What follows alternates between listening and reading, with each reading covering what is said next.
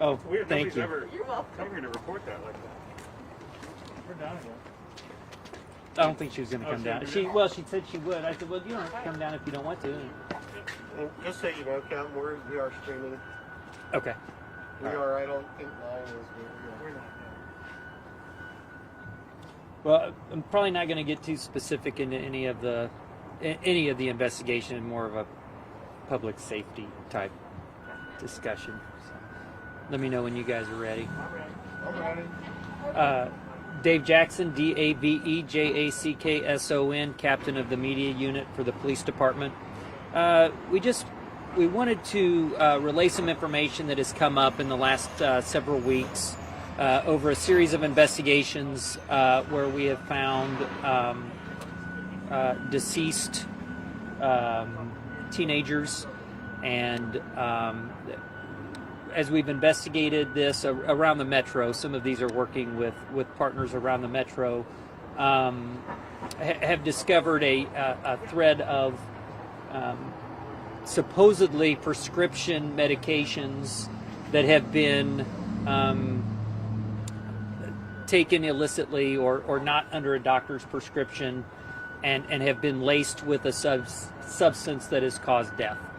And it's extremely dangerous, and it's extremely tragic and sad. And we want to make sure that parents and their kids know that this is happening all around the metro. There have been cases, and they are leading to death. Generally speaking, can you describe the scenario, to give parents kind of an idea of what to look out for? Is this happening at parties, or are they doing that on their own? The short answer is yes. The best advice I could give is these kids are young enough that their parents know what is prescribed to them, and if their parents find any pills at all that they know are not prescribed to them, to be very, very concerned. They're very potent. I will tell you that there's no rhyme to reason. It may be one pill out of 100. It is just it's really sad. So the kids generally, or some of them, are taking them with friends, all out of one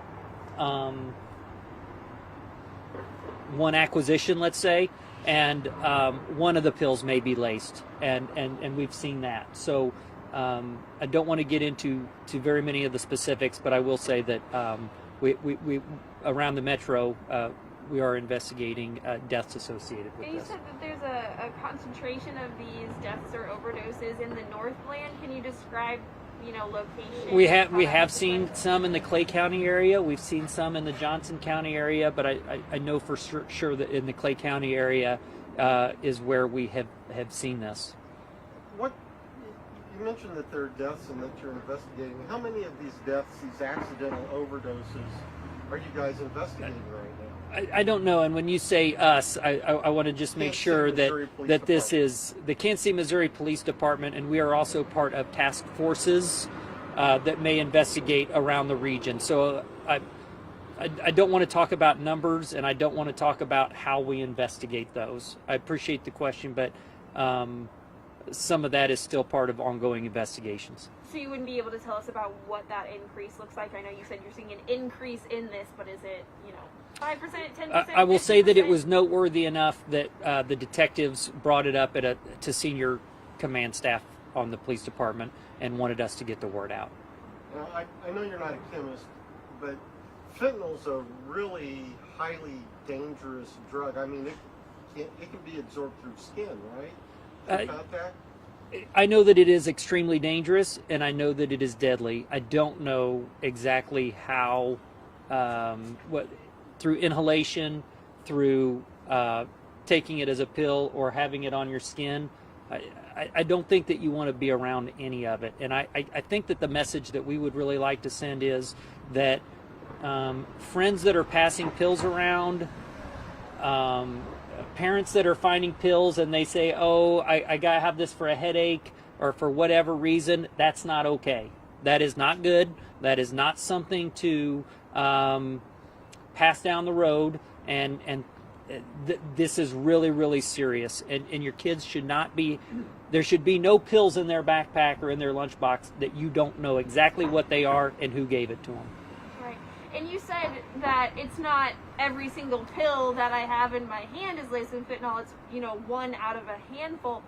How does that happen? Why does that happen? So that's a good question, and let me say that I'll answer that not specifically but broadly.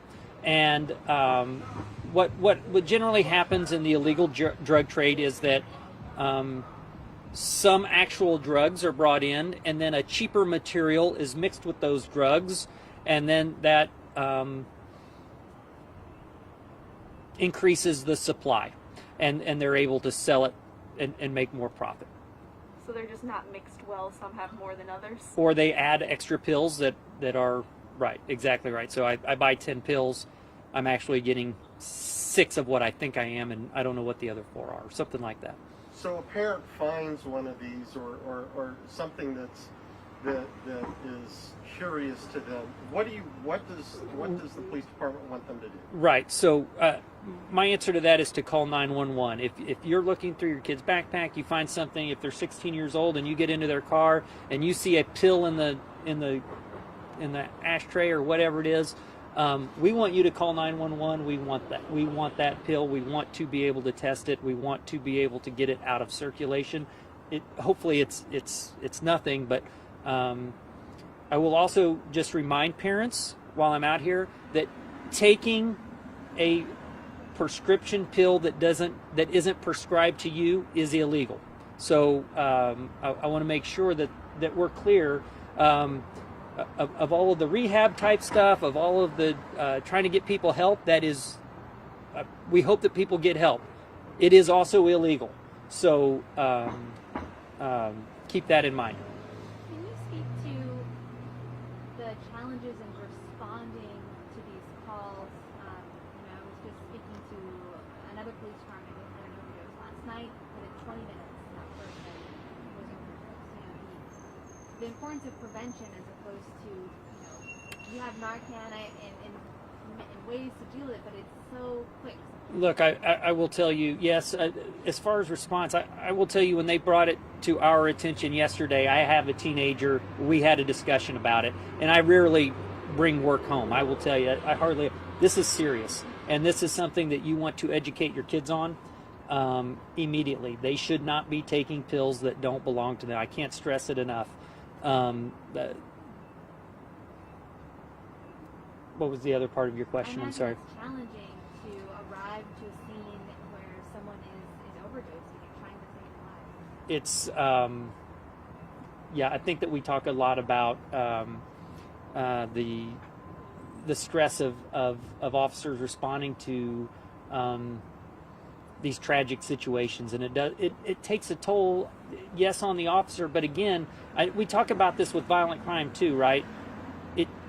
There is a suspect that did this that's going to be held accountable. There's a victim that's tragically died, and there's 2 families that are affected. This is a neighborhood. This is a school where this spreads through there. I mean, it's just terrible, and it just the ripple effect of this is awful.